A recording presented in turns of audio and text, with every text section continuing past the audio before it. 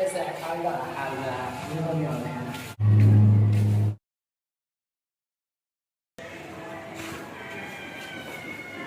Sahabat, aku kangen hasil lagi.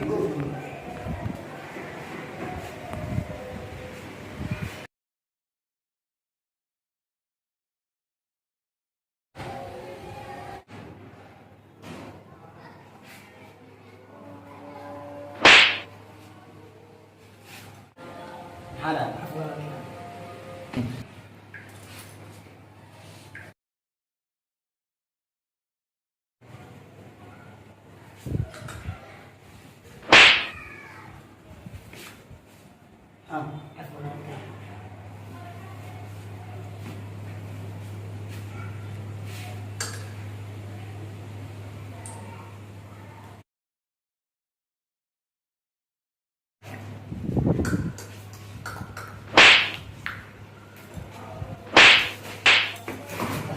Aku lagi nih.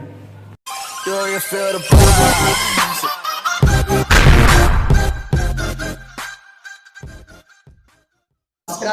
subscribe, like, share, Anak kita subscribe misalnya.